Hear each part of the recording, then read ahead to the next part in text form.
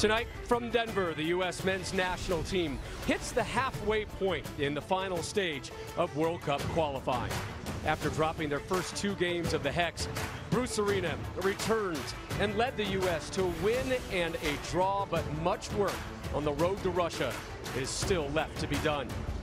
Trinidad and Tobago's in town, and if the Soca Warriors are to get to their second ever FIFA World Cup, getting a result in the Mile High City is paramount. Our pregame show here on FS1 is brought to you by AT&T. 371 days until next summer's World Cup in Russia kicks off. Glad you're with us tonight in Denver. Rob Stone, Fernando Fiore, and Alexi Lawless here with you. Just about 4 years ago, the U.S. had a World Cup qualifier here versus Costa Rica. The weather conditions a little bit different. It was 30 and snowy then. Today, at least right now, there's cloud cover, but it's 80s. It's warm. It's hot. Yes, there's a difference in the temperature and the weather, but there are some similar storylines from 4 years ago and to today. One of them is the U.S. needs point. The second, there's a certain country south of the border lurking awfully soon, Lex. Yeah, big week. We talked to Bruce Arena yesterday, coach of the U.S. men's national team. I asked him, is this a must-win game tonight? And he said yes, and he is 100% right when you look at the situation right now. This is a big week. For the U.S. to come out in this game and to lose at home and to drop those 3 points against an inferior opponent, it would be disastrous in terms of their campaign to get to Russia next summer. This week, we talk about these two games. Tonight against Trinidad and Tobago, then they go to Mexico, in Mexico City against Mexico. If the U.S., after these two games, has 3 points, that's the minimum. That's acceptable. If they get 4 points, very nice, a pleasant surprise. If the soccer gods smile down on the United States and give the United States men's national team 6 points after these two games, as far as I'm concerned, Rob Stone, this team can book their trip to Russia. You're talking we can get on the travel website right now and start 100%. booking our LA to Moscow 100%. flights? And the passport to get a visa. Right. Well, let me tell you something. You're absolutely right. You started in the right foot today. There are two different games. There are two different games, and I approach these two games completely different. I think there are two games with two different feelings. One is the brain. The other one is the heart. Why? Because today's game is the brain. We have to win this game. You have to leave everything aside and get the 3 points at home. Then on Sunday is the hard game. You go there for the pride. You go there for the bragging right of being the best in the North America. But today it could be an injury. Something could happen to any of the players. Then it's a trip. So you have a lot of situations from here till Sunday. Sunday, you put the heart and try to beat Mexico. Today, make the 3 points here with the brain. You're going to need lungs on both of those days. We can guarantee that. Take a look at your Hex later tonight. They host Honduras right here on FS1. Remember, the top 3 nations automatically qualify for Russia. Your 4th place team, which currently right now is the United States, they would play a 2-game playoff with the 5th place Asian nation. The best the States can hope to be in tonight, guys, is moving up to 3rd place here in the Hex. Let's check out our AT&T starting lineups now. The U.S. just one change, Lex, to the 11 that tied Venezuela Saturday in Salt Lake. Yeah, but still a solid and I think very balanced type of 11 from Bruce Arena. Tim Howard in goal. We all know him. We all love him. He's wonderful to have back there. He makes the big stops that he needs to and some that he's not even supposed to make. In that midfield, though, I think that's where it's interesting. Michael Bradley in that position right in front of that back four. Does this turn into a diamond? If so, with Nagby on one side and Fabian Johnson on the other, how much width do they give? And then up top, Josie Altidore and Clint Dempsey. Talk about guys that you know. These are guys that have consistently, for the national team, for club and country, scored goals. So this is a lineup, I think, built to function well against Trinidad and Tobago, who I think are going to come in and play much more defensive. And so there's not going to be a lot of space. The speed that you would have for other players isn't necessarily needed in this type of lineup. We will show you the TNT starting 11 a little bit later. They were late getting it in, but for now, let's hear about Bruce Arena's thoughts on the U.S. 11. Here he is earlier today with Jenny Taft. Rob, thanks. Well, Bruce, you had the friendly just a few days ago, building towards tonight. 3 crucial points on the line. How does the team get it done? Well, we're ready to play. We've had a good week of training. The players are ready. The conditions are right for us. I think we have a very good team we're putting on the field, and you know, they're ready to play. A flip-flop in the midfield between Fabian Johnson, Darlington Nagbe. Why the change? I think that's the most comfortable spot for Fabian. And Darlington, I think, can play in either spot. And, we think it's important to get Fabian moving in the right direction. So we get a good game out of him tonight. We're going to play well. All right. Best of luck. Thank you. Thank you. Rob? All right, Jenny, thank you. These 5 players sitting on yellow cards, all but Beasler starting tonight for the U.S. Should any of them get a card tonight, they would miss Sunday's game on FS1 at Mexico. First things first, though, this is viewed as a must-win game. 3 points mandatory over this team. The experts out there say the U.S. are heavily favored, should win it, and should win comfortably. We talked in the pregame show, rehearsal at least, Lex, and you said about the Bruce 11-11. It's a very Brucey 11. I've never heard that term from you and from anyone before. So tell me what a Brucey 11 means. Hashtag it, make T-shirts, do whatever. I mean, I think it is balanced. I think it's pragmatic.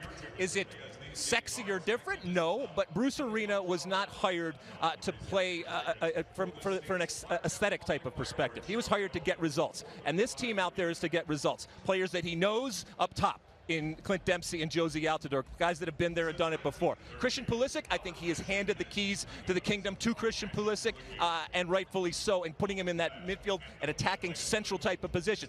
We heard Jenny talk about this, the switch between Fabian Johnson and Darlington Nagbe.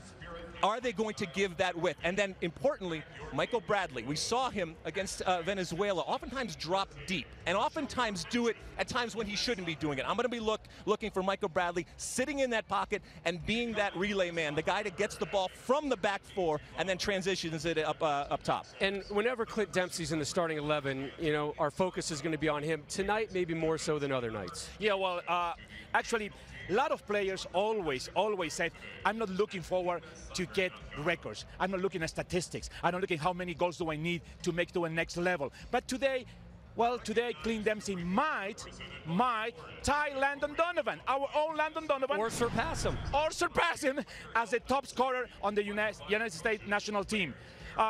Is that important? Well, it's irrelevant right now. But we want Dempsey to score, no matter what, for the record and because we need goals tonight. Yeah, he made it clear this week. I want 3 points. I don't want the record. He wants the record. Everybody eventually. Didn't you want a record? The record. I wanted it. There was no way I was ever getting it. U.S. Soccer, they had about 1,500 seats this I want that wig. in the stadium here. Capacity now up to 19,500. Here's what's still ahead on the AT&T pregame.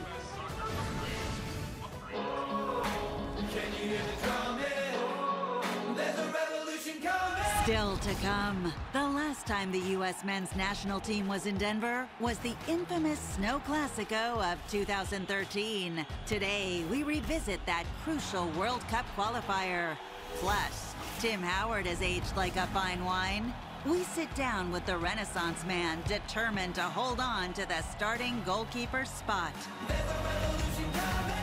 You don't really have these long, drawn-out conversations with the young guys to let them know what it's all about. They're here at this level for a reason, because they're good. Tonight in Colorado, Sunday at the Azteca, the unofficial start of the summer of soccer kicks off. Fox Sports has you covered every step of the way. The road to Russia continues on FS1.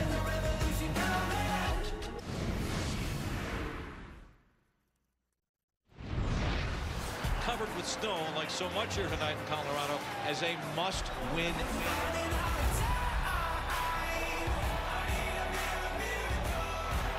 This looks promising. Altidore, the shot deflects, and it's Clint Dempsey again. And the United States have their lead. Are they stopping the game? Jurgen Klinsmann is furious. Has a decision been taken to resume the game here? Yeah, I think that's what's happened. In the blizzard, the USA have the 3 points that they so desperately needed. Many of the fans and even some of the analysts that braved those brutal 30-degree March conditions 4 years ago, right back here for another critical World Cup qualifier. The value of all the remaining home games for the U.S. amplified due to that 0-2 start in World Cup qualifying. As for Trinidad and Tobago, the right result today could see them vault from last place all the way up into third. For more on TNT and the U.S.'s outlook and approach to this one, we sent it upstairs. The three gentlemen call the game for you. Landon Donovan, Stu Holden, John Strong. Guys? Thank you, Rob. Hi, everybody. Listen, the Mexico game Sunday, that's the one we're all looking forward to. It's the glamorous game. It's the big rivalry. It's the reason that we're here in Denver tonight to get the team ready for the altitude they're going to face at the Azteca Stadium. So, Landon, why is it that it's actually tonight's game that's the far more important of the two this week? Well, John, this has all the makings of a classic trap game. If you're not careful, you can lose this game. Everyone's thinking about the hype leading into Mexico, but I would argue this game is much more important. Historically, and Stu, you know this, we don't do well against Mexico in Mexico. So if you can steal a point, great. If you steal a win, even better. But if you win your home games, you're going to qualify for the World Cup. And given the start, Stu, that the U.S. team had, they need to win tonight. They need to win tonight, and they're expected to win tonight. But this game is far from a foregone conclusion because we caught up with Trinidad and Tobago yesterday. They talked about belief. They talked about the first 15 minutes. They talked about stopping that momentum from the United States. So I think the key tonight for the U.S. is to have a better understanding in the midfield, to have some width, to get Christian Pulisic on the ball, combining with Josie Altidore and with Clint Dempsey. If they can do that, the United States, if they can get on top of Trinidad and Tobago early, then they can look and start to manage some of those minutes in the second half. Because as you see there, a win for the U.S., they could be in one of those top three automatic qualifying spots, and then whatever happens in Mexico is gravy. If the U.S. fails to win tonight, well, then they got work to do. Going to a place, like Landon said, they've never won in the qualifier. So the pressure very much on tonight. We'll talk to you again for the call. Until then, Rob, back down to you on the field. TNT now on the field. They have never won in the United States. However, they did manage a qualifier draw back in 1989. It is still their lone point earned in the United States. Tim Howard and the rest of the U.S. goalkeepers, they continue warm-ups here in Denver. We're going to sit down with the Secretary of Defense later, but up next, some fascinating steps both teams took to try and combat the altitude. Chips made of crispy fried chicken, served with a sinful side of nacho cheese sauce. Add a crunchy taco, a burrito supreme, and a drink, and they're even harder to resist. Beware, Taco Bell's new $5 naked chicken chips box is one bad bundle. Brought to you by the Council and not Taco Bell.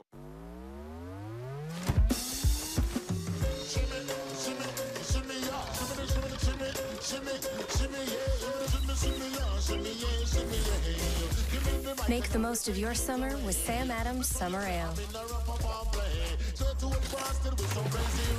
Enjoy every hour of sun and everything that comes after it. Sam Adams Summer Ale.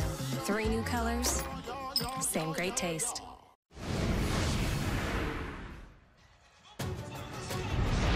We welcome you back to Denver in the AT&T pregame.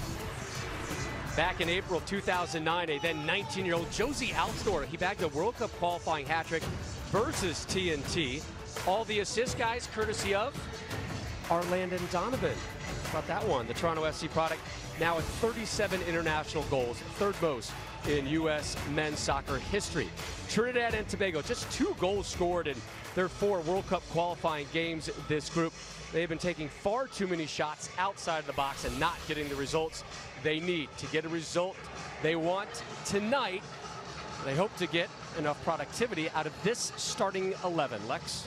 Yeah, we're going to take this starting 11 here. Williams in goal. He has started all 4 matches in the Hex. And then there is a lot of MLS flavor here when we look at players like Kevin Molino from Minnesota, Kenwin Jones from Atlanta, Dovin Jones from Seattle, and Mikel Williams, that left back, playing in his home stadium here. To the altitude. The whole camp was really based around that theme from its beginning here in Denver a couple weeks ago to the trip to Sandy, Utah, and their camp in Park City at the elevation of 7,000. TNT, they spent 2 weeks training in Boulder, just north of this venue. Altitude there just over 5,400 feet. This whole camp based around this theme. But it's more than just training in altitude that was a priority. For more on that, we bring in Jenny Taft live. Jenny? Hey, Rob, thank you. Well, U.S. Soccer wanted to make sure that they would be ready for the thin air, and that involved setting up a strict plan. It was developed by high-performance director James Bunce along with strength and conditioning coach Daniel Guzman that involved everything from hydration to nutrition, sleeping in altitude tents, and recovery. Now, U.S. Soccer has been very strict about what they tell us about this specific fan, and about this plan, I just learned that they've been monitoring each player individually day by day to see see how well they are acclimating to the conditions. And this was a plan that was developed back in January. So each player knew what they'd be getting into when dealing with the high altitude. But Rob, something to keep in mind, no body adjusts the same. Studies show that it takes 30 days to fully acclimate. So U.S. Soccer just doing everything they can to be as ready as possible for tonight. And then as they face Mexico in Mexico City.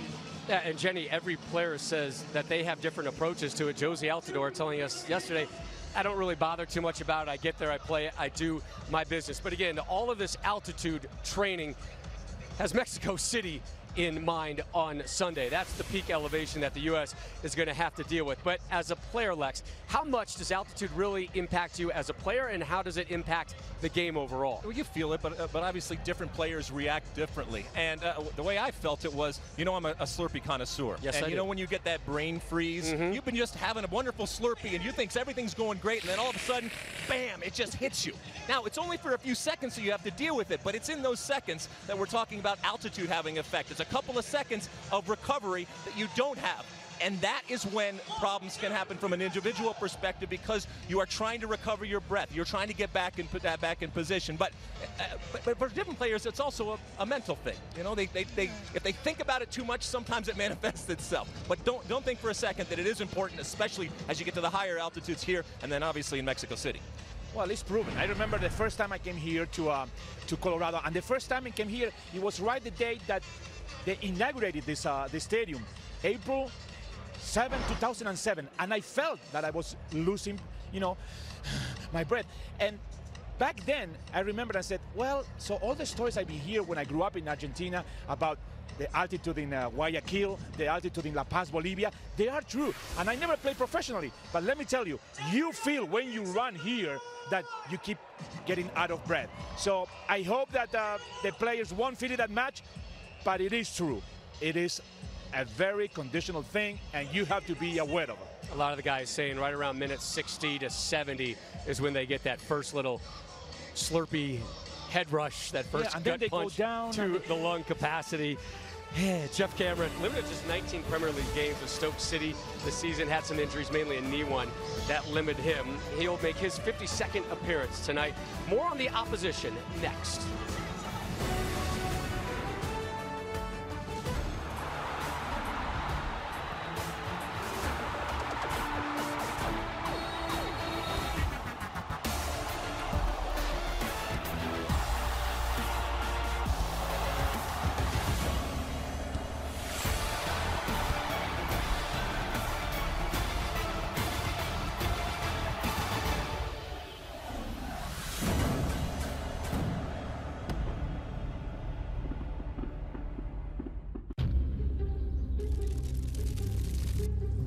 Termites.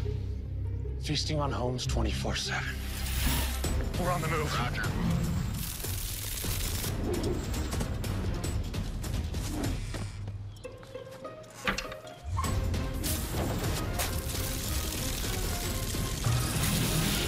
Hey, Rick, all good? Oh, yeah, we're good. We're good. Termites never stop trying to get in. At Terminix, we never stop working to keep them out because they can cause thousands of dollars in damage. Text Terminix now to schedule a free termite inspection. As America's leading termite control provider, we'll do whatever it takes to stop them in their tracks. 100% satisfaction guaranteed. To schedule a free termite inspection, text HOME99 to 250250 and protect your home. And if they ever do come back, so will we. To schedule a free termite inspection, text HOME99 to 250250 or visit Terminix.com. Terminix, defenders of home.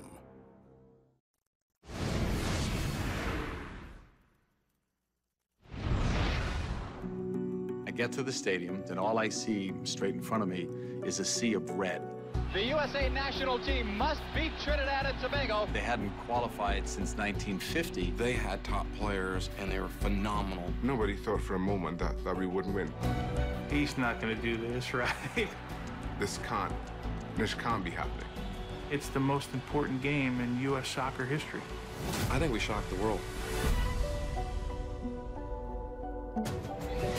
Seattle Sounders Jovan Jones was 1 year old when that game took place in Port of Spain. Jones in his second season now as the defending MLS Cup champs. Just another name to the growing list of TNTers who ply their trade in Major League Soccer. It was a trend that started, Lex, in the late 90s with guys like Ansel Elcock, Shaka Hislop, maybe our favorite, Stern John. How many times did he pull the Stern turn on you, Big Red?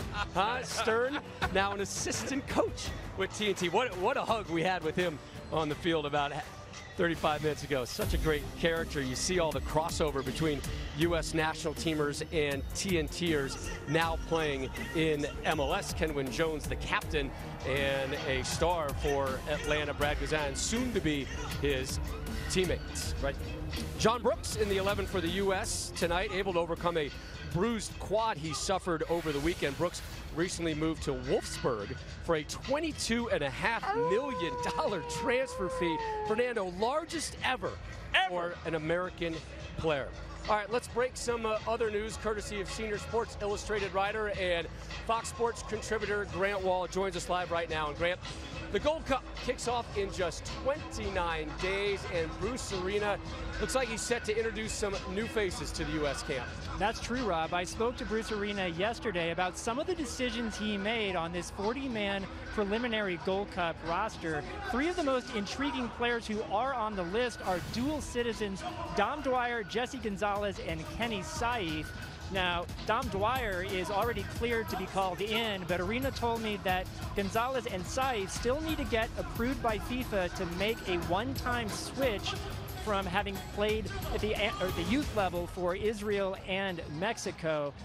Arena told me that Gonzalez is a young keeper who could sort of fill the void of young U.S. keepers right now, while he also said that Saif is a player who's played in Champions League for Ghent, who can be very helpful potentially to the U.S. as a left midfielder or left back. Saif, U.S. Soccer tells me, has already started the paperwork process for FIFA to make the switch, while Gonzalez's agent, Spencer Wadsworth, tells me that he has the required new competitive games between the two leagues. Now, one of these things would be what's potentially an 8-team tournament, 4 teams from each league. It's a lot like the Superliga tournament that we saw about a decade ago, but there would also potentially be a new annual game between the champion of MLS and the champion of Liga MX. I'm told there's still a small chance that that could start this year, but much more likely would start in 2018. All right, Grant, thank you. We'll see you next in Mexico City, my friend. Safe travels. When we return, we're going to hear from the young man whose legend seems to grow on a daily basis. Christian Pulisic, the man pulling the strings in the midfield. He'll talk next on the importance of this game.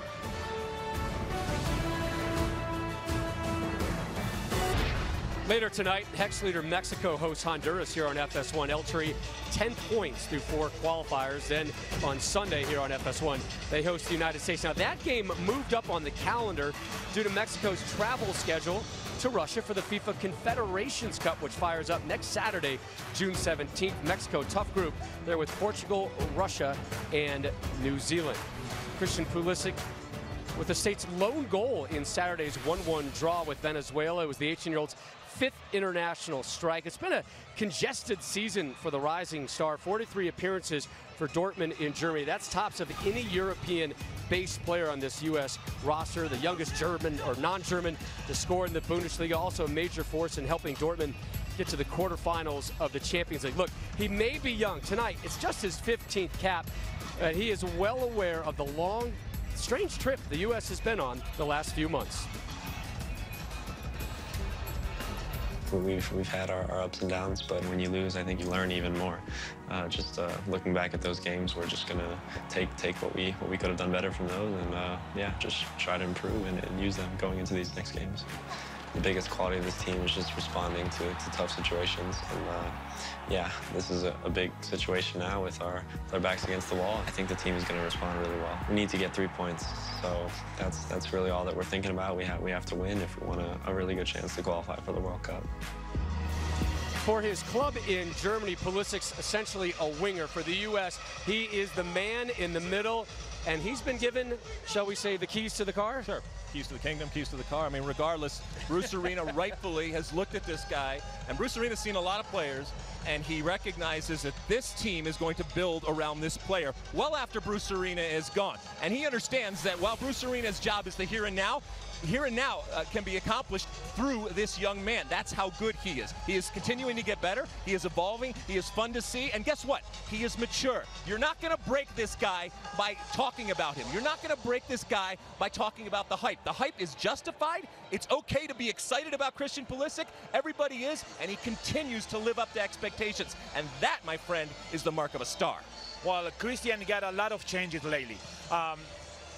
He might not have Bruce Arena for the next World Cup. Will be a major change of coaches. But right now, at his club level, he's also changing coaches. Tuchel, the coach of Dortmund, is no longer with the team. That might be affecting his style of playing, Alexi. Is it really different when they change your coach at an early age like Pulisic? It can change everything. You got a guy that comes in that maybe doesn't like you or wants to use it differently. Maybe we're having a different conversation a year from now. But look, I don't care what the coach is. They are going to recognize that that man right there is going to help them win games. Because he's playing different positions, like you say, Rob, in his club and at the national team. So we'll see what happens with him. Nevertheless, he's a great kid and a great player. So let's see what happened in the development months from here now on. Peter Bosz, the former Ajax head coach, now his manager with Dortmund. I felt like every time I went online this week, there was another article about Christian Pulisic, whether it was USA Today or some of the other services out there. Everybody is well aware of how important this young man is to this program. Pulisic still out on the field. Wow, listen to the crowd right now.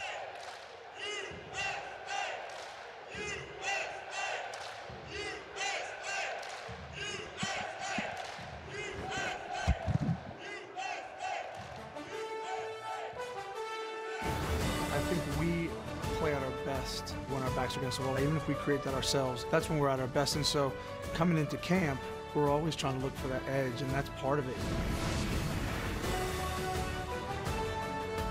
They're people just like you, but what they can do with their brains and bodies is extraordinary. Give me the total number of pips before the last domino falls. 535! 535! Wow! Superhuman. Series premiere this Monday on Fox.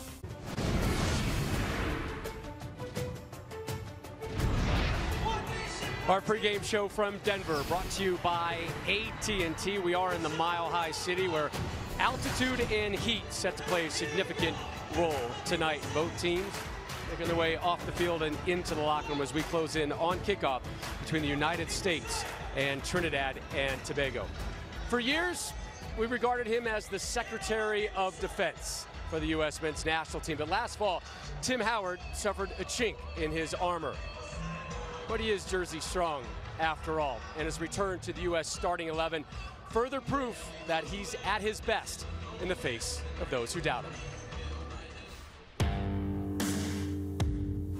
I think our backs are always against the wall in qualifying because, again, there's so many games, and very rarely is there a huge separation between the 6 teams. Tim Howard comes in. That's just good goalkeeping. There's craziness going on, and everyone gets really high and really low. When you win, they're going to say you're in pole position, and when you lose, it's doom and gloom. There's a big blast, and Howard got a fingertip save to it. You don't really have these long, drawn-out conversations with the young guys to let them know what it's all about. They're here at this level for a reason because they're good. Saved! Tim Howard! Big challenges, but also great opportunities for us. And Tim Howard is down. Definitely felt it before he made contact with the ball. It was a cold night, did a lot of kicking. I guess my groin was on the verge of going, and it went. We were in it. It was a typical USA-Mexico game, and I was just unfortunate that I had to come off at halftime. You're losing a lot of experience. You're losing a big figure back there. I've been very fortunate with injuries, and I'm 38 and I never had surgery, so I'm a lucky boy. At my age, I think there was speculation that I wouldn't come back from it, and that's only natural. It was the biggest injury I've had, and first surgery, so, long recovery, but I was able to come back stronger. Second ball! Off the post first, Howard made the save. Put him in 2-0 Venezuela. And I went at it. I went at it 5 days a week for 4 months, and didn't really listen to what was outside. I couldn't affect it anyway. I had to get healthy, I had to get strong, and then I'd let the goalkeeping side take care of itself once I was able to strap my gloves back on. This is my 4th World Cup cycle. It seems like every time we start to get to this stage, I'm saying this is the best team I've been around. We have size and speed and youth and experience, and it's a really, really good, talented mix. And Bruce Arena has selected, for the first time in my national team career, 23 guys who will step on the field and won't drop off any levels. I think we play at our best when our backs are against the wall, when there's a chip on our shoulder, when we feel like we've been hard done by, even if we create that ourselves. That's when we're at our best. And so coming into camp, we're always trying to look for that edge, and that's part of it. So it'll be kind of a special treat to not only play in front of my home fans, but to, pull on a national team jersey, which means everything to me. But most important, we have to win the game. We know that. We win our home games and collect a point or two on the road, then we qualify for a World Cup. It seems as simple as that. We have no doubt that we have to get the 3 points, and that's our main objective. For many, he still is the Secretary of Defense. He's awfully comfortable in this surrounding as well. He plays his club ball here for the Colorado Rapids. You were saying earlier, Tate, been a bit of a roller coaster for him the last couple of years. And he was. He just turned 38 years old. And remember those 16 saves that there were around the world. Even though the United States lost that game against Belgium in the World Cup in Brazil, right after that, he was the big hero because he was an amazing performance on that particular game. And then he said, I need a sabbatical. I need to retire for a while. When I grew up, I never heard a player saying, I need a sabbatical and turn down the national team. For me, it was a shock back then. And then he came back. And then he started to fight for a position with Brad Guzan, who was doing an incredible job. And Jurgen Klinsmann didn't know who was number one. And that was a difficult position for a goalkeeper when you don't know who's number one. Then he get injured, then he's back and he's number one now. It's a completely roller coaster for Tim Howard. I wish him the best. We need him, we still need him, and I hope that he finishes his career as a national team player with a big, big bang in Russia. Alexi, you were teammates with him 1998 with the New York, New Jersey Metro Stars. Tell me about your first interaction with him. Oh, look, I mean, it was almost 20 years ago. I can't even believe it. And I'll never forget going into the locker room and sitting down my locker, and this guy came across, young kid, and introduced and said, hi, my name's Tim Howard. I used to be a ball boy on the sidelines and watch you at Rutgers. And I told him, in no uncertain terms, go back and sit in your locker and don't talk to me for the rest of the year. Had I known he was going to go on to be one and arguably the greatest American goalkeeper in history, I would have paid him a little bit more attention. But if you are a soccer player and you have Tim Howard behind you, you have a better chance of winning. And that goes for tonight, and that goes for every single time that he steps in goal. If you're a fan of the U.S. men's national team, you sit a little easier, you breathe a little better, knowing Tim is in the cage, and he's there tonight. Kickoff next, just about 13 minutes away from the U.S. and TNT from Denver.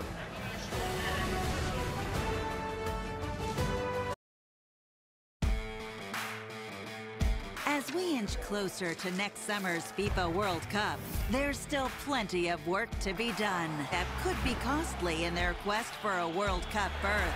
And with points at a premium, the pressure is on for someone to step up and take over. The ball's in, fired it in! Goal! Can you believe this? This is the United States versus Trinidad and Tobago. Now on FS1.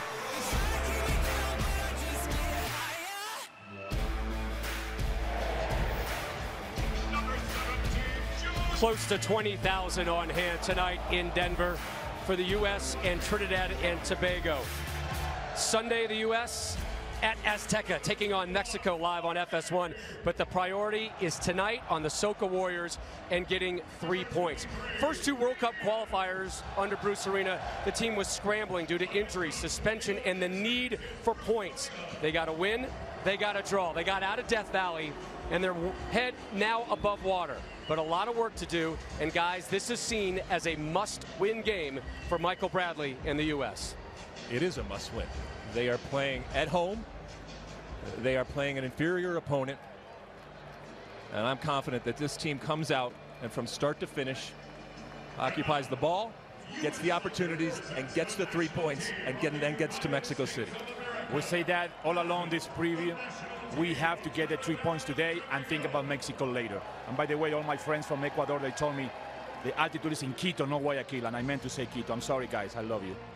Long walk from the tunnel for these two nations. For TNT, tune-ups, they're at a premium. Their last official game, April 29th, a 2-2 result versus Grenada. The U.S. on Saturday in Salt Lake, a 1-1 result with Venezuela.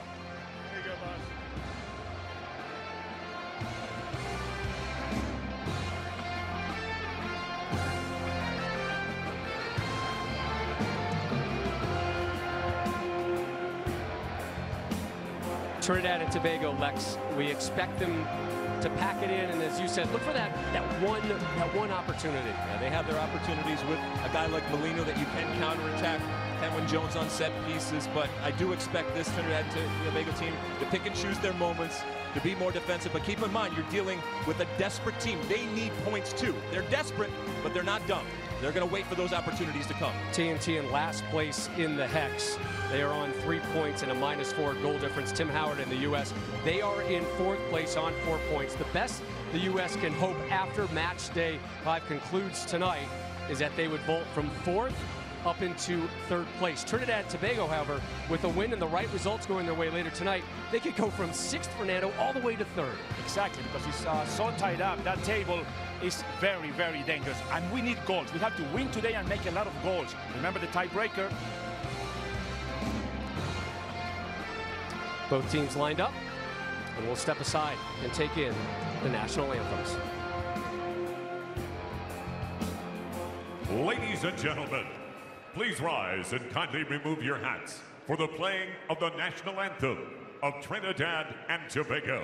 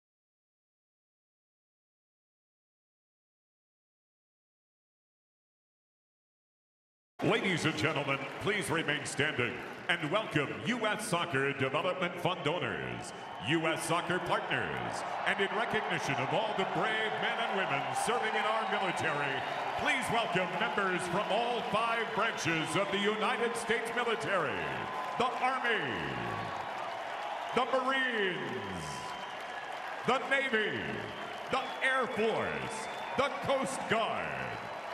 Singing tonight's Star Spangled Banner, please welcome singer-songwriter Josh Kaufman.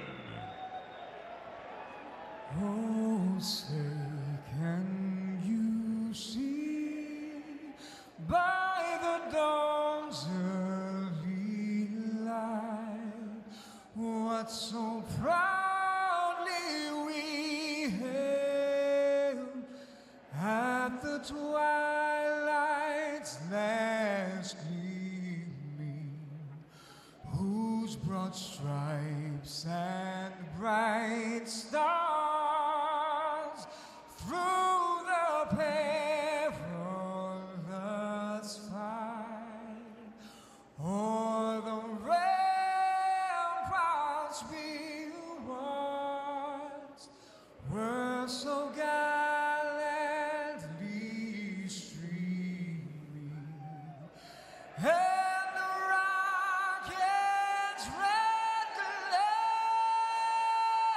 the bombs bursting in air, gave proof through the night that the flag was still there. Oh, say does that star-spangled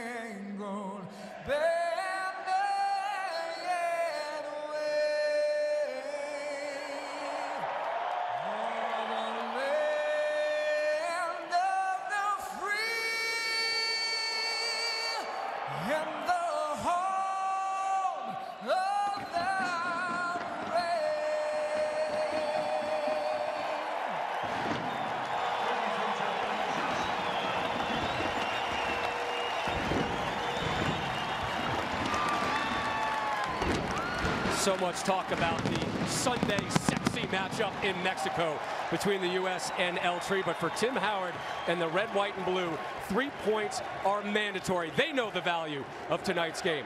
We'll join you next at halftime. Now, we go upstairs to the three men calling tonight's match for you. John Strong, Stu Holden, and Landon Donovan. Guys. Rob, tonight marks the 24th all-time meeting between the U.S. and Trinidad and Tobago, a series that dates back to 1982, a series dominated by the U.S. They have not lost. In fact, only once have they even been held to a draw in a home World Cup qualifier. Trinidad and Tobago have not even managed a goal in the last 7 meetings between these nations here on American soil. As you say, so easy to look ahead to Sunday, but the big focus for the U.S. has been exactly the opposite. For more on that, we've got Jenny Taft with us down on the field. Well, John, as you know, World Cup qualifying is grueling. 2 games in 4 days for the national team, but they are not looking ahead. In the words of Bruce Arena, I could care not at all about Mexico until the final whistle blows Thursday night. Tim Howard described qualifying to us as nerve-wracking, exciting, and rewarding if you are prepared, and he believes his team is ready because it is time for us to win at home. We failed to do that in the past. We need a result tonight. Well, they've been to 7 straight World Cups. Trinidad and Tobago have only once in their history been to a World Cup. That man was a big reason why. Dennis Lawrence scored the goal in a playoff with Bahrain that got Trinidad and Tobago to the 06 tournament in Germany, smallest nation on earth ever to get to the World Cup. When he took this job in January, he was the 3rd coach in 6 months. He talked to us yesterday about belief. We have to believe. We have to give these kids the belief that they can make history tonight. Our referee tonight is Oscar Moncada, 39 years old, from Honduras. 9 players on that field sitting on a yellow card suspension if they're booked tonight. We've got our FIFA match commissioner and rules expert, Dr. Joe Machnick, with us in the booth. What should we expect from our ref tonight? Well, John, in 37 previous international matches, Moncada averages about 3.7 yellow cards per match. That's well within the norm. But he cannot concern himself today which players are going to miss the next game. His main concern has to be game played. There will be 5 left. And for the U.S. digging themselves a hole with those 2 losses in November, a win this evening results elsewhere could see them back into the top 3, the automatic qualifying spaces, with that treacherous trip to the Azteca coming up on Sunday night. It is a significant opportunity. It is major pressure as it was in March. It is underway. From Denver, Colorado, in front of a packed house of almost 20,000. The United States in red, Trinidad and Tobago in white. Match day 5 of 10 of this final round of qualifiers for the 2018 FIFA World Cup. Stu and Landon, what are you guys hoping to see early in this match? Well, we're seeing Trinidad and Tobago. We weren't sure if it was going to be a 4-4-2 or a three-man back line. That 3 is going to look like a 5 right in front of us. It's 5. They've moved Sheldon Bateau in between the 2 center backs, so they're going with numbers behind the ball. They talked about the first 15 minutes, trying to stop that pressure, that onslaught from the United States, and that looks like what Dennis Lawrence has gone with today. And Stu, it looks a little bit like both teams are going to be a little bit cautious about how they come out. They don't want to tire themselves out early. Trinidad were happy to sit back even in the first 20 seconds. It looks like the U.S. are doing a little bit of the same. This is Jovan Jones of the Seattle Sounders on the ball.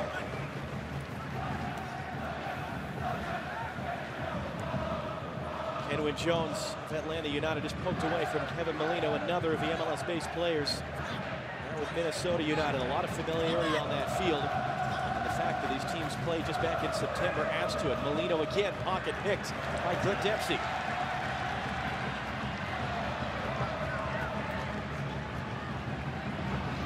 And Christian Pulisic once again given the keys in the middle, and this is one of the things we'll be keeping our eye on. What sort of rush treatment does the teenager get as Kaleem Highland drags him down?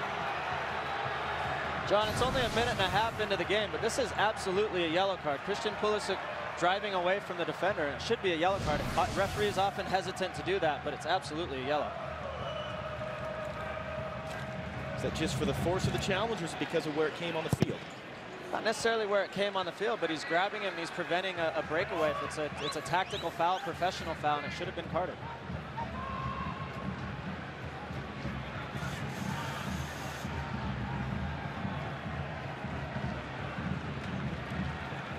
It's a something that the U.S. talked about coming out of the Venezuela game last Saturday. They weren't thrilled with their ability to break down a Venezuela team that set numbers behind the ball. We saw them yesterday in training working a lot. The shadow team was sitting deep. Here's Nagbe on the end of the ball from Yedlin, able to cut it back and get Lewis rocking back on his heels. Can they get a cross away? It's back for Bradley. He'll hook it in. Pass to everyone.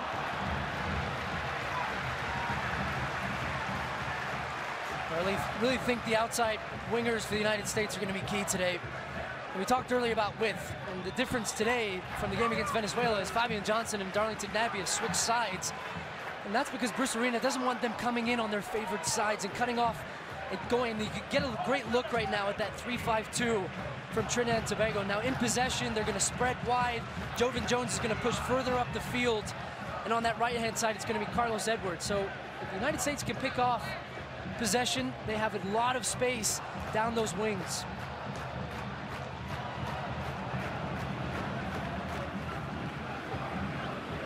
Mikael Williams there, number 17, who plays here for the Colorado Rapids. He's got a bet going tonight with Tim Howard.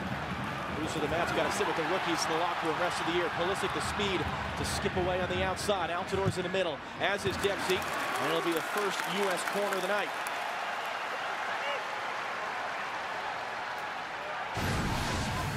Good energy early on in this game from Christian Pulisic, and he's been very effective running at the Trinidadian defenders early. Does a good job here to get a corner, and this is a big opportunity for the U.S. It's Pulisic who takes it. It's Kenwin Jones who flicks it along. Fabian Johnson having a stab at it, and Williams right up against his own goal line, able to snare it.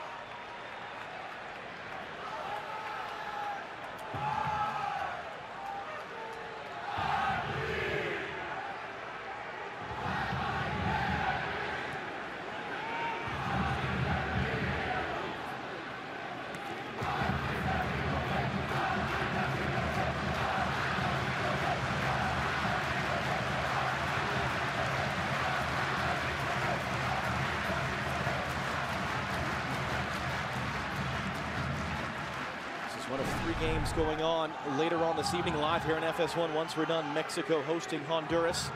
It's too far for Kevin Molino to chase down. And then Costa Rica hosting Panama.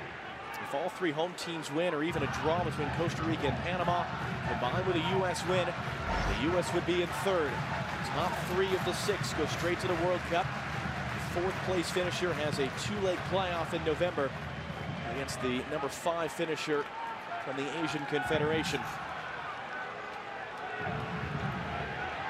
As we said, the last thing Bruce Arena wants, the last thing anyone in the U.S. wants, is to go down to the Azteca Stadium, where they've never won a qualifier, where they only twice in history even earned a draw, needing to get a result to drag themselves back up into a good place in the standings.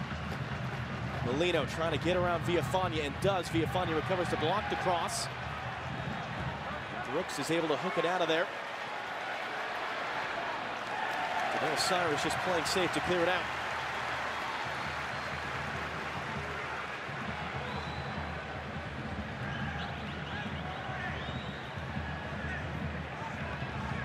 Cyrus, who's had a couple of loan spells at MLS, played for the Chicago Fire in 2015 and for Sporting Kansas City in 2011. 2 players collide there that allows Dempsey to get on the ball. A second chance for Dempsey to roll it in for Altidor. It's clipped away by Cyrus. Fabian Johnson goes down on a free kick for the U.S. It's Williams and Cyrus colliding that led to that opportunity for the U.S.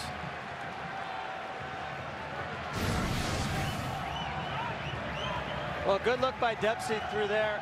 Fabian Johnson does a good job reacting after the ball's knocked away. Absolutely a foul, and another good opportunity for the U.S. This is something they talked about all week, defending set pieces and attacking set pieces. And historically, this is a team in Trinidad that does not do well defending them, so they need to take advantage. See Brooks waving his arms. He wants it hooked into the back post. That's where it comes from Pulisic. Dempsey stems it up. Nothing Bradley can do with it. Johnson couldn't hold it, and here's the danger from Trinidad and Tobago trying to break out, and Fabian Johnson running step for step with Molino. And he did really well, John. Fabian Johnson recognized the danger as Molino had turned. He tried to get away. Just saw him that little extra burst of speed, and he does have a lot of speed, Fabian Johnson, just to force him backwards and allowing the United States now to get numbers behind the ball.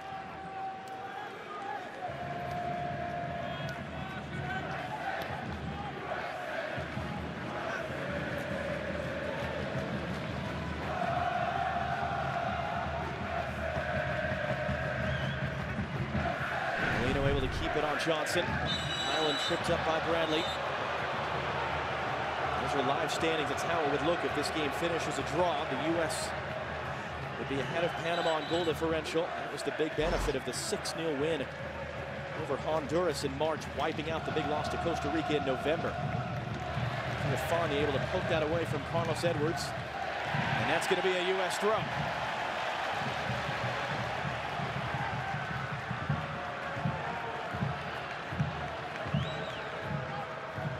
Dennis Lawrence, as we said, was the third coach in a year. Stephen Hart was in charge when these teams faced off in September. And we saw earlier Stern John, MLS legend, amongst other things, on his bench, as is Sol Campbell, one of the great defenders of his generation in the Premier League, playing for the England national team. It's an impressive list of assistants that he's pulled together. Trinidad and Tobago team that would need a miracle to turn this around to make the World Cup, but when Lawrence was a player, they were in a very similar position after 4 games. They had just 4 points. They won 4 of their last 6 to get to the World Cup. Molino on the turn. Edwards had to wait for it. Edwards was also part of that 06 team, crossing in a little bit too far for Nathan Lewis, and all the way out.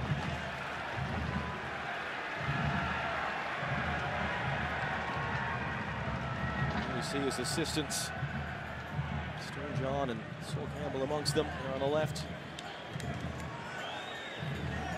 Part of the reason why they went through the coaching changes was falling in some Caribbean Cup qualifiers to Martinique, Suriname, and Haiti. They're not even going to be at the Gold Cup this summer. Howard got his body behind it. Bradley leading him out with Nagbe. Dempsey to the inside.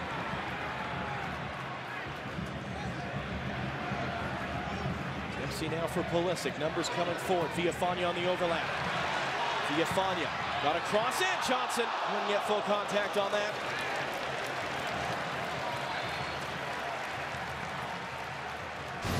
Villafania getting into the attack for the first time. He's getting the overlap run. And Fabian Johnson doing well. He holds his run up just a little bit to create that gap. It's an awkward height for him. I think if he goes with his head there, he has a better opportunity to direct that on goal.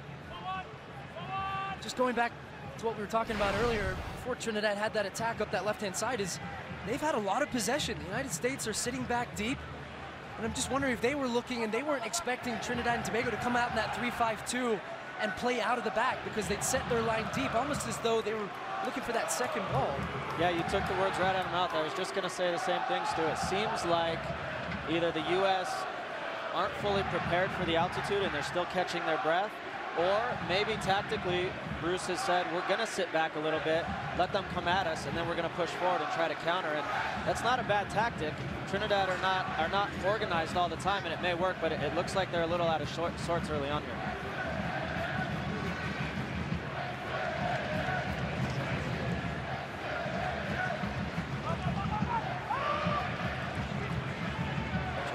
Once again, third time we've seen him do this, push forward in the midfield. That's where he plays for Stoke City in the Premier League, but it's beyond Dempsey.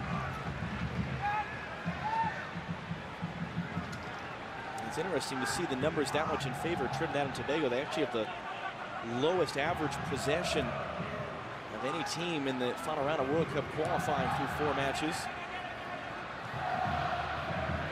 And Landon, I do clearly think that is a Bruce Arena directive, looking at the way they're just allowing Williams now to, they're sitting back, they want to pick it up, because we know we've played in these games, we're seeing teams sit in deep, and when the United States have had possession, it's been tough to find that space. So maybe they're looking to use that speed of Altidore, Johnson, Nagbe to pick up the ball and then get in behind Trinidad and Tobago.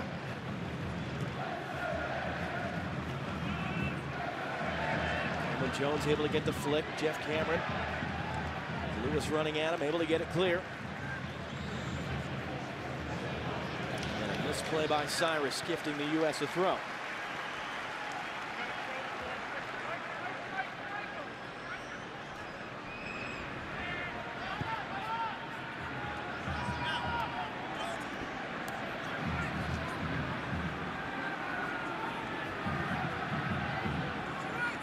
Nagbe a bit too far in front of Pulisic. He was able to steal it back in. No, it's going to be a foul. Keon George, the man foul in the eyes of referee Oscar Moncada. He's a little unlucky here, Darlington Nagby, because he does well. He recognizes it, tracks it down, gets his foot in front of George. And actually, George ends up kicking Nagby's foot. And it's going to be a foul there, signaled by the assistant as Carlos Edwards came up the back of Villafania. Because it was interesting talking with Dennis Lawrence yesterday. He was worried about exactly the opposite, about the U.S. just flooding them in the opening 15 minutes and getting down a goal and their ability to survive. So I imagine he's pretty happy with things right now. There's no question, John, and we've played in these games, Stu. Generally speaking, the more pressure you put Trinidad under, the worse they're going to do. And right now, it doesn't seem like they're under any immense pressure. And you would think that at some point, that needs to get ramped up, especially before halftime.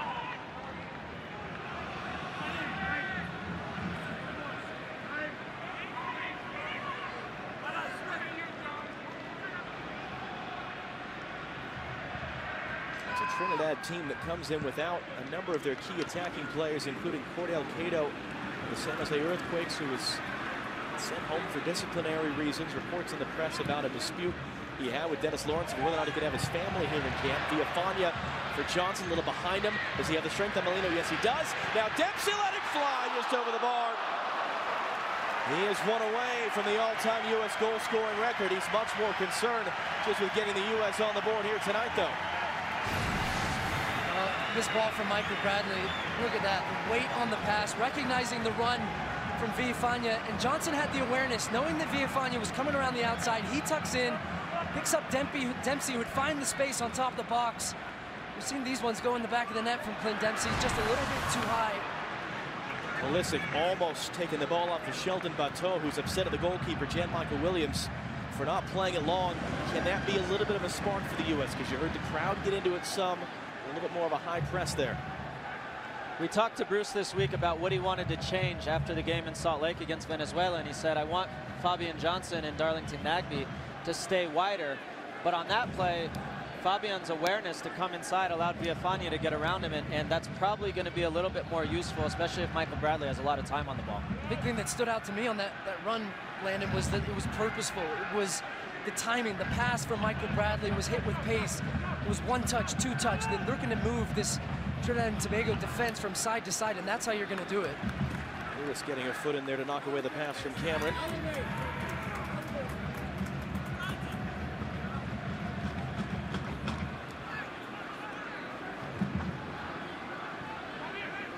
Pulisic dropping deep and wide to get on the ball and try to start something.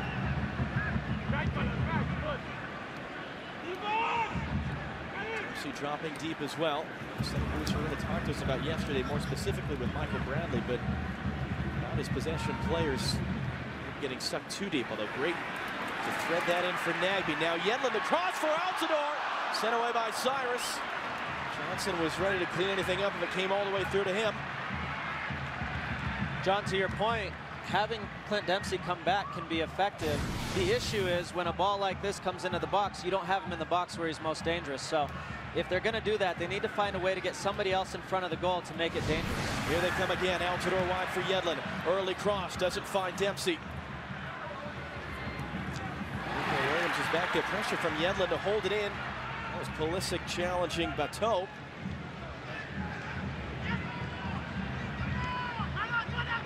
Molino surrounded but got it away.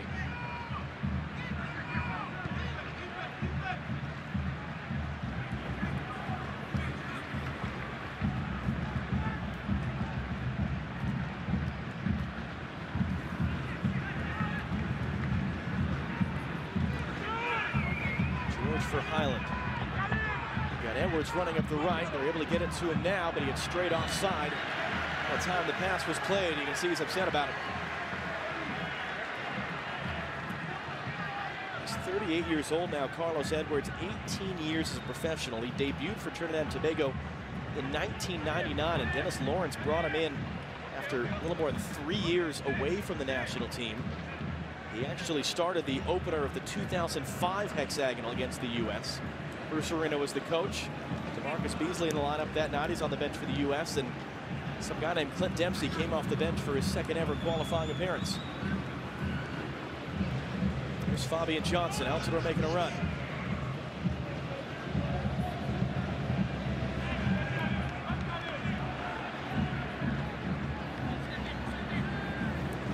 Brooks will just take the space given to him. Weave his way through for Altidore. Brooks will continue his run in the box. Altidore, it's a clean tackle by Kevon George. And now Brooks is all the way upfield as Trinidad and Tobago come forward in a 4-on-4. Edwards clipping it to the far side for Jones. Jovan Jones running at DeAndre Yedlin. Nagbe trying to help, and they're able to take him off the ball. That was Lewis, in fact. Looked like a second there that Trinidad and Tobago had numbers going forward, but Michael Bradley had done an excellent job recognizing that Brooks had stepped into the hole. He filled in as a center back, and then Nagbe tracked back at the end to help DeAndre Yedlin. And that's the type of work you need in these games, Landon, from your outside wingers. He recognized that it's one-on-one against Yedlin. Jovan Jones, who has the ability with speed to go at. Nagbe forces him wide, comes back and picks it off. Villafana, Altidore wants it threaded in. He's got it now. Altidore trying to return for Villafana. Cyrus able to do enough. At least to clear as far as Nagbe. Yedlin to the outside. He's got a foot race with Jones to get to that ball. Current Seattle Sound in for Altidore. Stabbed away by Beto.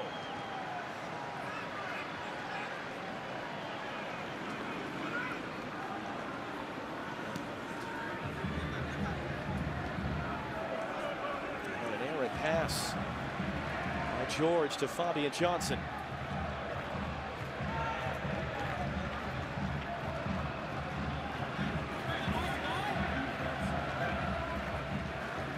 The pressure starting to build for the U.S. More and more possession. Trinidad and Tobago having a harder time getting out of their own half. Can the U.S. punch a way through?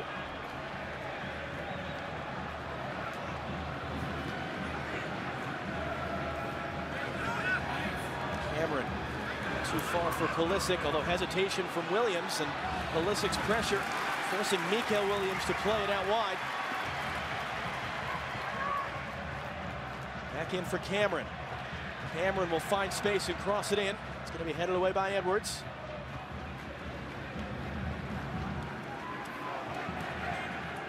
When that ball went in, to your point from earlier, Landon, it was only Josie in the box. Josie Altidore was the only one in the box. Fabian Johnson's trying to get in from that left-hand side, but he's being asked to stay so wide that then when you have to make that run into the box, it's a long way to go. You need either Pulisic or Clint Dempsey to commit, get into the box, and take a chance on one of these crosses. Villafana got some targets in there. It was just too tall for Dempsey. Williams gets it clear. Yedlin holding it in. George was there with the header. Dempsey off the chest, finds Pulisic. Trying to find space. Attempted pass for Altidore was blocked. Dempsey going to ground, trying to keep it in play for the U.S. and couldn't. Kenwin Jones working hard to keep it on the pressure from Brooks.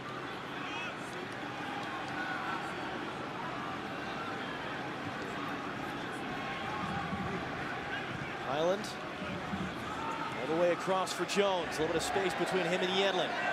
Lewis is in the middle. Jovan Jones blocked by Yedlin. He's their leading goal scorer in World Cup qualifying from that wide midfield position. Jovan Jones. We're used to seeing him at left back for Seattle. Nagbe casually forward, hands off for Pulisic.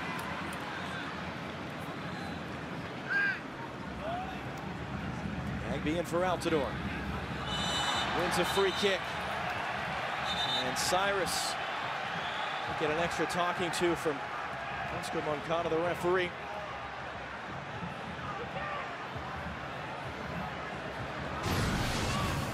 It's a little bit of a double-edged sword for Trinidad. They're starting to push numbers forward, but when they do, it allows the U.S. a lot more space to play.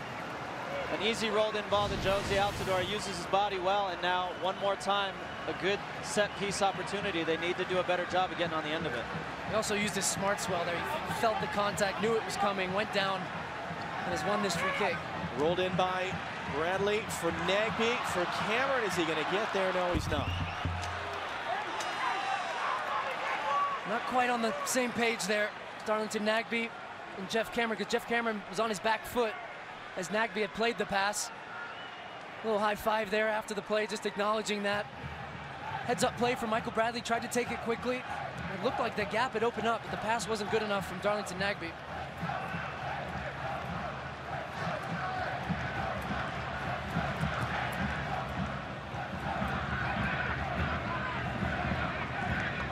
This is a lot better now from the U.S. They're pressing the Trinidad goalkeeper, they're pressing the Trinidad defenders, and now they're turning the ball over a lot quicker and getting possession. Pulisic for Nagby for Dempsey. Wasn't quite ready for it. He was looking across at the assistant to see if a flag was going to come up. And Pulisic slow to get up. He took a hit after releasing the pass. Stu, you were there with me in Jacksonville in September when these teams played. As Yedlin is going to get it back from Pulisic. He's going to set up Altidore. No, it's too far in front, and Cyrus clears it away. It was a different situation. It was the last game of the previous round. U.S. needed a win to know for sure they'd win the group, but it did take until the very end of the first half for them to break through in a 4-0 win. John Brooks will let fly. And Michael Williams had to punch it away.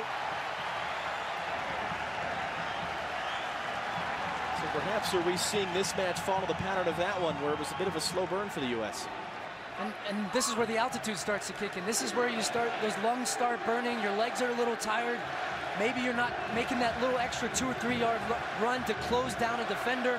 The United States, you can see it, they sense it now. There's an urgency to their play. You're hearing the crowd getting into this game now.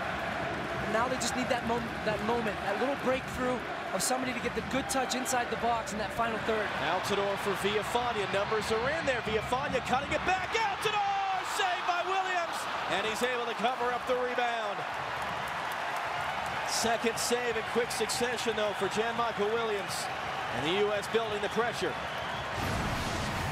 Here's the first chance from John Anthony Brooks coming forward. Does a great job taking his time. They back off him, so he hits it. Good save by the Trinidad goalkeeper. And then a good ball from Villafana. Josie Altidore hits it well. Not placed well, but he hits it well, and another good save. Island will take the space and roll it along for Lewis.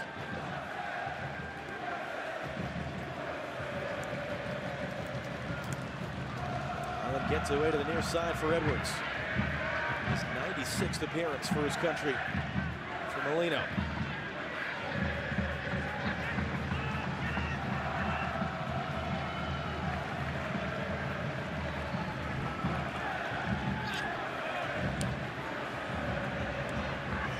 George, Highland trying to find Lewis. Cameron read it the whole way, and a great touch to intercept it. Now can the U.S. break quickly? Altidore had Dempsey and Pulisic both running. It was a slip behind the play from Bateau that allowed Pulisic on the ball. Williams trying to cover. Pulisic over the bar. He's arguing there was a deflection in there from Mikael Williams, and it should be a corner. Jan-Michael Williams not giving the referee long enough time to change his mind.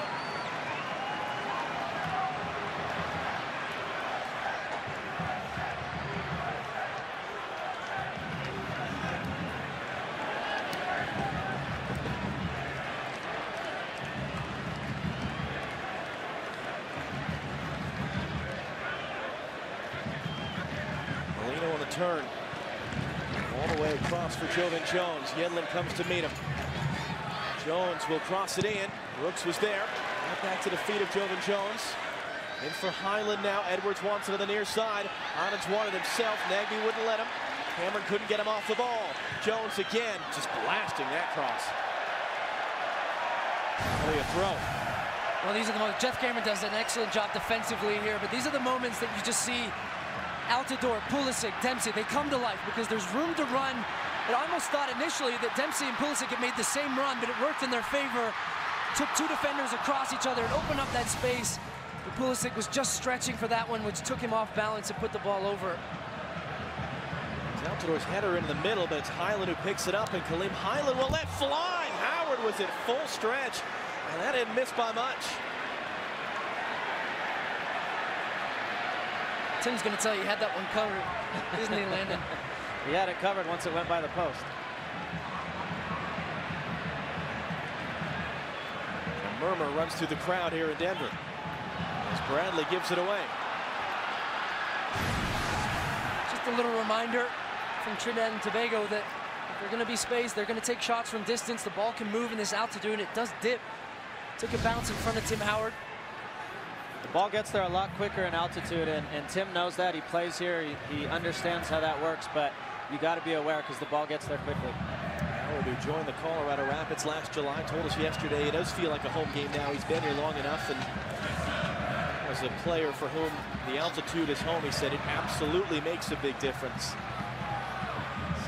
been an easier ride for him, but it's been a rougher ride in the last year. He suffered the adductor injury in November, the game against Mexico. He told us back in April, his initial reaction to that was, I'll just get an injection, and he was fully convinced he would play the following Tuesday night against Costa Rica.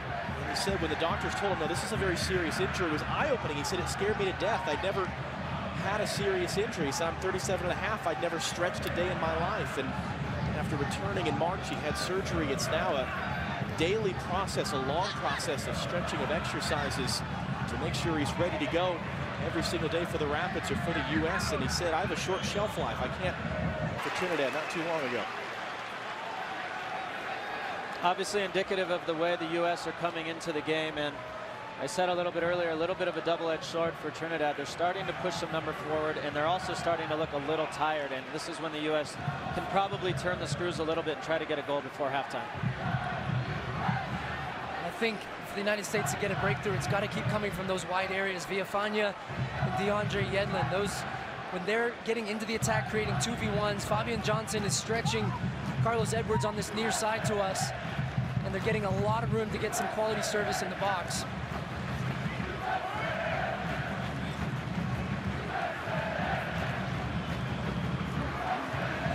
Bradley in for Dempsey. He was trying to clip that off of Pulisic. It came off his knee.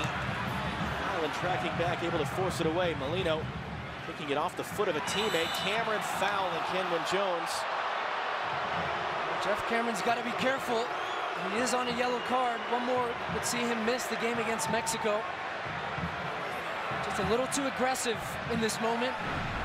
Doesn't need to come through the back of Kenwyne Jones.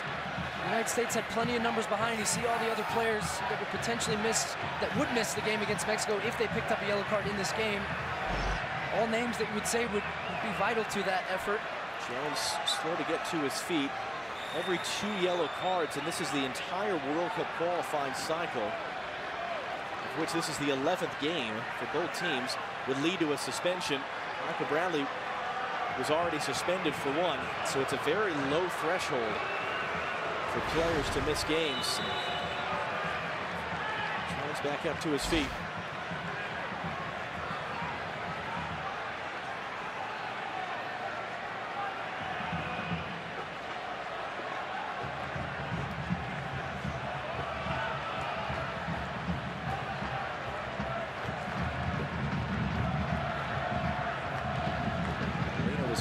Edwards wasn't making the run. It's going to be Howard who has to come all the way out to get to that ball first.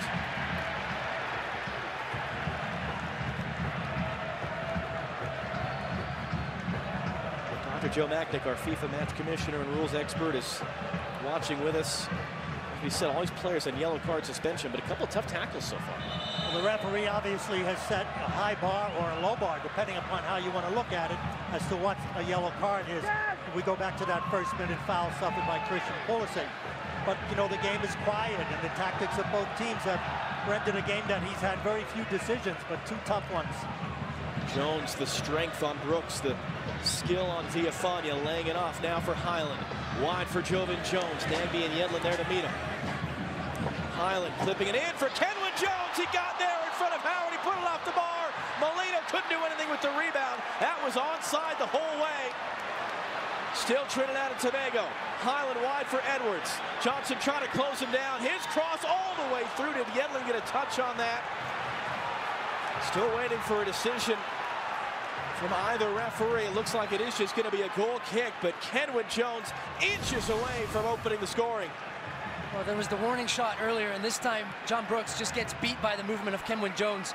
It's not the first cross, has a look, and he gets caught off guard by the early cross, and it was an excellent ball in. Kenwyne Jones, that's his bread and butter. That's where he thrives. That's a huge missed opportunity for Trinidad and Tobago because Tim Howard, he can't get there.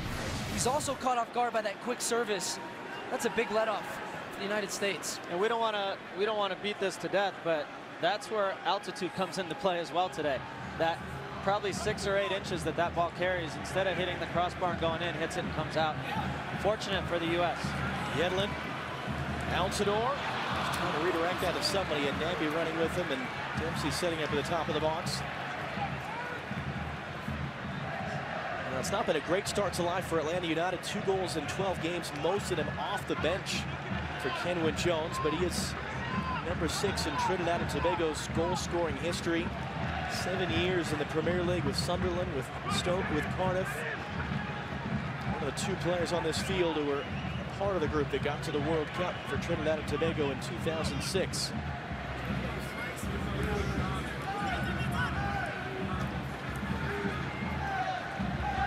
The U.S. take advantage of that good fortune. Cameron and Yedlin not on the same page. Well, we were criticizing Trinidad and Tobago a little bit for not having that little extra energy to close down 3-4 yards. Well, the exact same could be said for that moment for the United States, where they didn't get out. When the ball goes back, you have to shift your line up. Villafania took it off Molina. Villafania letting fly. Williams acrobatically able to push it away. And Dempsey there first to the loose ball. It's a momentarily empty net. Villafania looking to hook it in for Altidore. Saved by Williams. Pushing it over the bar. Out for a U.S. corner.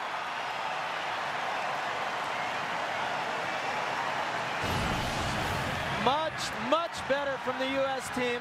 Great strike by Villafania. Another big save from Williams. Excellent reaction from Clint Dempsey. And at this point, you wonder who's in the box. Well, Mr. Altidore's in the box. Powerful header. Maybe a little theatric on the save, but does the job. Pulisic's corner comes all the way through. Cameron was closest to it. Johnson. Ridden off it by Nathan Lewis. It'll be a Trinidad and Tobago throw. I think the theatrical save from Williams, because he was exhausted. He made a run all the way out of his goal after making a save from Villafania, closed down Dempsey, and you see him. He's breathing hard. I think the altitude's hit him as well. 4th save for him tonight.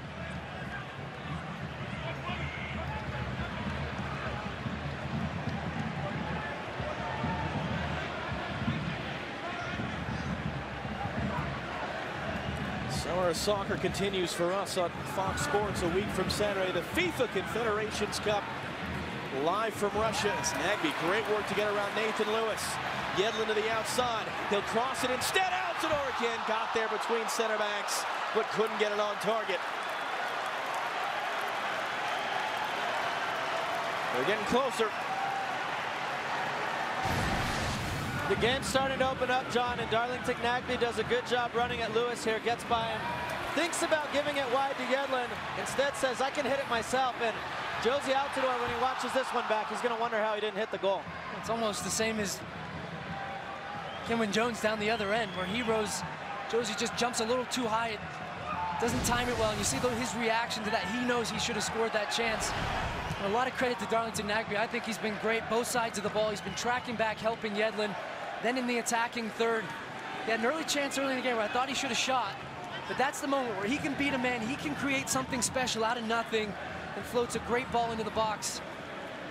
And when we talk to Bruce Arena about Darlington Nagby, that's what he says. He says, I want him to be effective. And Bruce used to get on me a lot for this.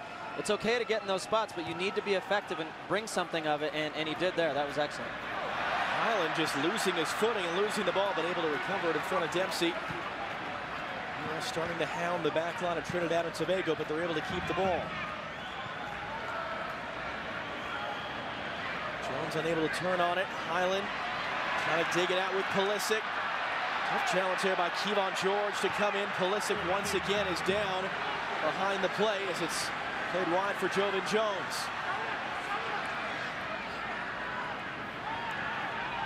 Kenwin Jones.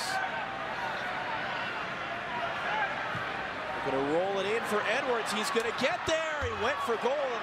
Molina wanted a cutback. It clipped off the back stanchion of the goal.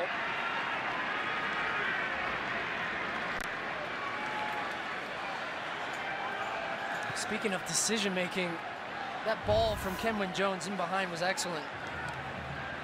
But Carlos Edwards, he took the wrong option. He went for goal, didn't cut it back. He had Molino making a run. He also had Lewis in the box.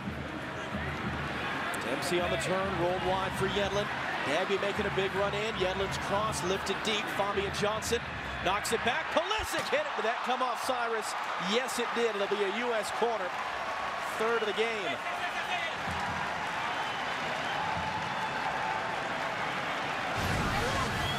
Chances flying in now at both ends, Stu, and it just seems like it's a matter of time until someone scores. U.S. looked the more likely, but another very good chance, and they need to start hitting the target. Pulisic once again to take, this time an in-swinger from the near flag. Edwin Jones, uncontested header to get it clear. Johnson couldn't connect the pass with Pulisic.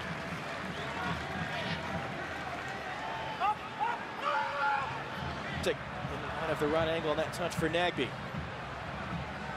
Jones doesn't have anybody further field. Well, now he does, but Yedlin read the danger. And the pass for Lewis.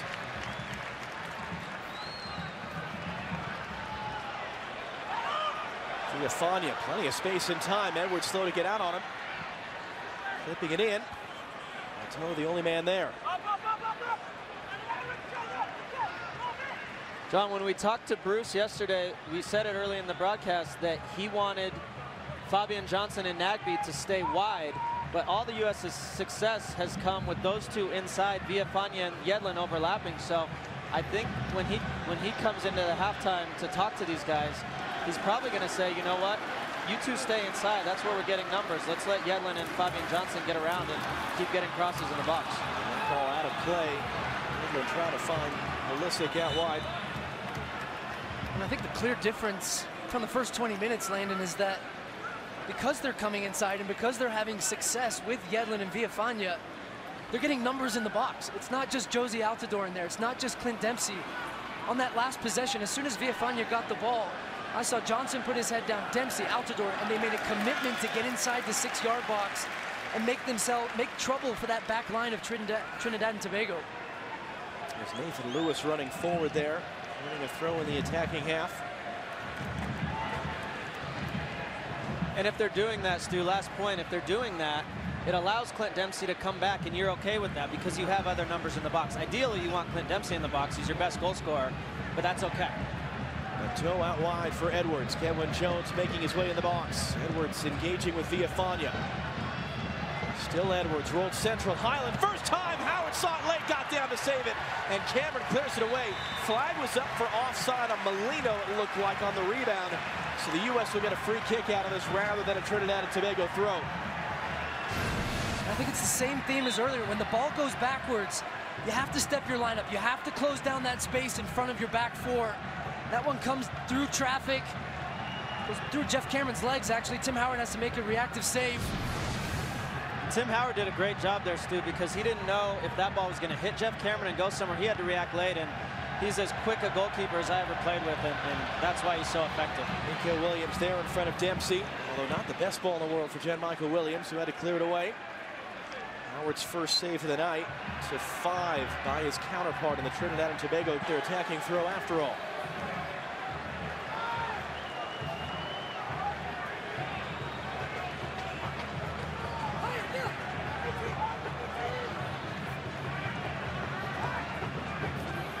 Molino back from Highland. Edwin Jones wanted it wide. We'll get it now.